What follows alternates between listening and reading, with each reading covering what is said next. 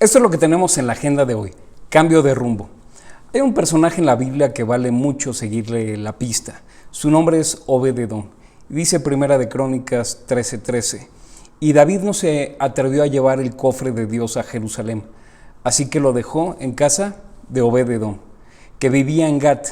El cofre de Dios se quedó ahí 3 meses, y durante ese tiempo Dios bendijo a la familia de Obed-Edom y todo lo que tenía. Dios bendijo la familia de Obed-Edom y todo lo que tenía. Bendijo a toda su casa y 3 meses marcaron la diferencia. Finalmente, cuando David tomó su reinado y sabe que necesitaba la presencia de Dios para gobernar, el rey David intentó regresar el arca del pacto donde habitaba hacia Jerusalén.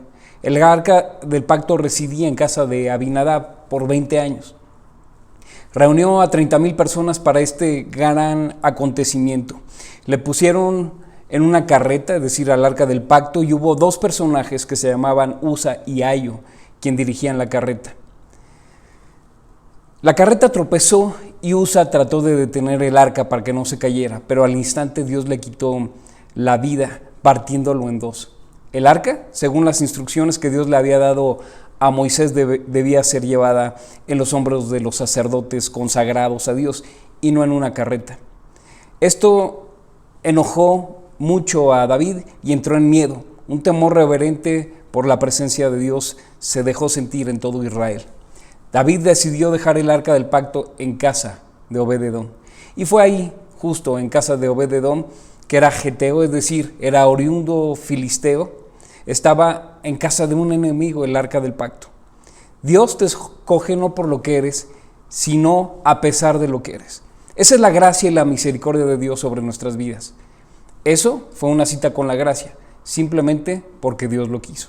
Obed-Edom decidió bien, porque decidió quedarse con la presencia de Dios. Y a veces las oportunidades de Dios que Dios nos da son únicas y las tomamos o las dejamos pasar. Obed-Edom tuvo que limpiar su casa de ídolos, porque era filisteo. Además, alinearse a la presencia de Dios, sacar lo inmundo y hacer lugar en su casa para su presencia. Sin compromiso, no hay privilegios. Y si queremos disfrutar de la presencia de Dios, debemos someternos a Él. Preparar tu casa y preparar tu vida para que Dios te visite. Si buscas la presencia de Dios, Él va a darte lo que ni siquiera le pides. Sacrificio libera poder. Y ese acontecimiento le dio la vuelta a la historia de Obed-Edom. Pero eso no quedó ahí. Sigámosle la pista. El rey David decidió finalmente regresar el arca del pacto donde Dios habitaba a Jerusalén. Reunió a los sacerdotes y les comentó que la primera vez que lo intentaron no había consultado a Dios en la manera en cómo debía trasladarse el arca. De manera que eso le costó la vida a unos de ellos. La pasión por Dios que despertó la presencia en Obed-Edom lo marcó para siempre. Cuando David nombró ayudantes en el templo, ahí estaba Obed-Edom.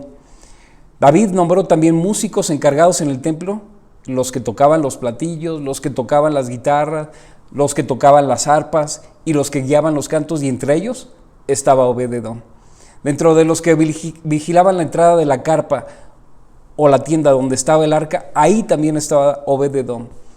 David nombró a algunos de los ayudantes de los sacerdotes para que se encargaran del culto frente al cofre de Dios, orando, dando gracias y alabando al Dios de Israel, y entre ellos, ¿quién crees que estaba?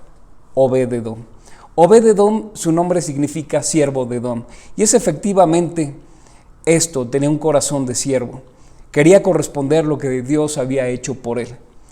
Dios lo hizo su sacerdote. Dios lo llevó a servirle como portero o guardia del arca. Dios lo llevó a ser músico y director. Dios le entregó el ministerio de la adoración. Dios lo levantó a él y a algunos de sus descendientes como guardianes del oro, de la plata y de los utensilios de la casa de Dios.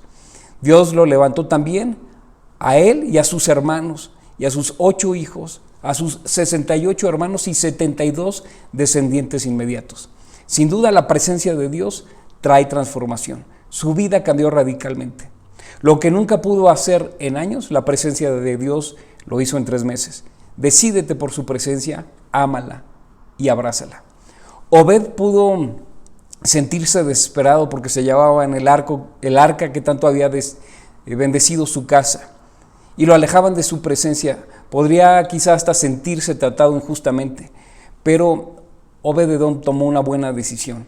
Sabía que si lo pudo hacer con él, es decir, que si pudo traer una transformación a su vida, lo podía hacer con la nación entera. Sabía que si la presencia de Dios tocaba el reinado de David, tocaría la nación.